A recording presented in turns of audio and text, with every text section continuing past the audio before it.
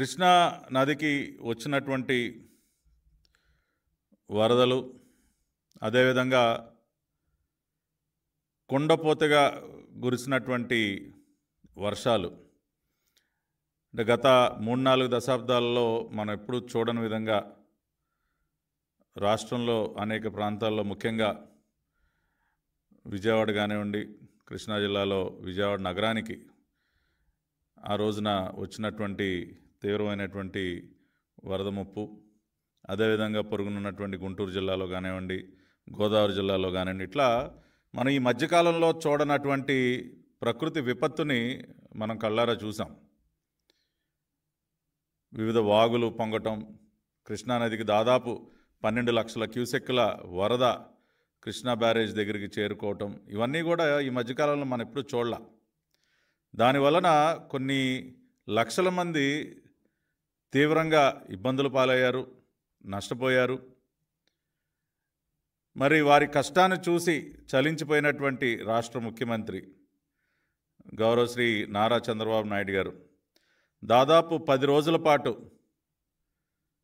మరి ఎన్టీఆర్ జిల్లా కలెక్టరేట్లో ఒక బస్సులో ఉండి మరి 24 గంటలు కూడా అధికారులను అప్రమత్తం చేస్తూ, మరి ఆపదలో ఉన్నటువంటి ప్రజలను ఆదుకోవటం కోసం తగినటువంటి ఆదేశాలు ఇస్తూ, మొత్తం మానిటర్ చేస్తూ వరద సహాయాన్ని ఆయన స్వయంగా జేసీబీల పైన, బుల్డోజర్లు ఎక్కి, ట్రాక్టర్లు ఎక్కి, పడవల మీద అర్ధరాత్రిని కూడా చూడకుండా తన సెక్యూరిటీని కూడా పక్కన పెట్టి ఆయన వరద నీళ్ళల్లో ఏ రకంగా తిరిగారో ప్రపంచం మొత్తం చూసింది.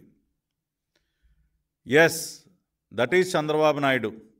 ప్రజలు కష్టాల్లో ఉంటే ఆయనకి కంటి మీద నిద్ర ఉండదు, ఆయన ఇంటికి వెళ్ళటానికి కూడా ఇష్టపడరు, ఆ కష్టాలు తీరే వరకు వారి దగ్గరే ఉంటారు అని చెప్పి మనం ఎప్పుడు ఏదైతే అనుకుంటామో అది మళ్ళీ కూడా రుజువైంది. ఆ రోజున చంద్రబాబు నాయుడు గారు వ్యవహరించినటువంటి తీరుని బట్టి ప్రజలకు కూడా ఒక ధైర్యం, అరే మన కోసం స్వయంగా రాష్ట్ర ముఖ్యమంత్రి రేయనక పగలనక కష్టపడతా ఉన్నారు. మోకాళ్ళ నీతల్లో, నడుంలోతు నీళ్ళల్లో కూడా ఆయన నడుచుకుంటూ ఆయన ఇంటింటికి వెళ్ళి ప్రజల్ని పరామర్శించి వారికి సహాయాన్ని అందించి వాళ్ళకి ధైర్యం చెప్పారు.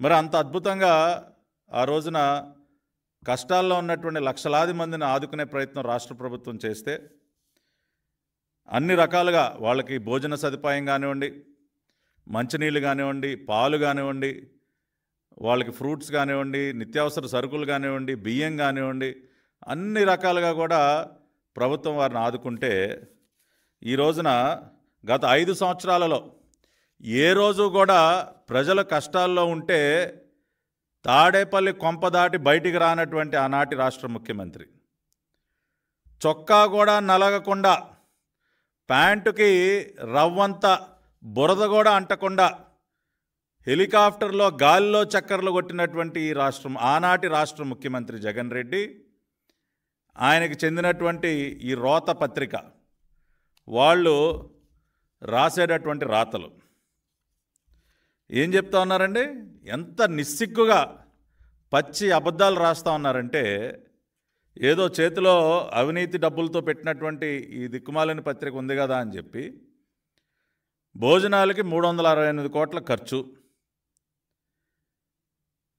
అదేవిధంగా మంచినీళ్ళ బాటిళ్ళకి 26 కోట్లు, అగ్గిపెట్టెలు కొవ్వొత్తులకి 23 కోట్లు అని ఇష్టానుసారం తప్పుడు లెక్కలన్నీ కూడా రాయటం, ప్రజల్ని మభ్యపెట్టేటటువంటి ప్రయత్నం చేయటం.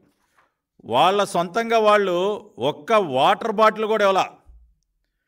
జగన్మోహన్ రెడ్డి వచ్చాడు, అరగంట సేపు మీడియా ముందు షో చేశాడు, వెళ్ళిపోయాడు. కనీసం ఒక వాటర్ ప్యాకెట్ అయినా జగన్మోహన్ రెడ్డి తన చేతుల మీదుగా ఆ రోజున కష్టాల్లో ఉన్నటువంటి లక్షలాది మందికి అందించాడా అని అడుగుతా ఉన్నా.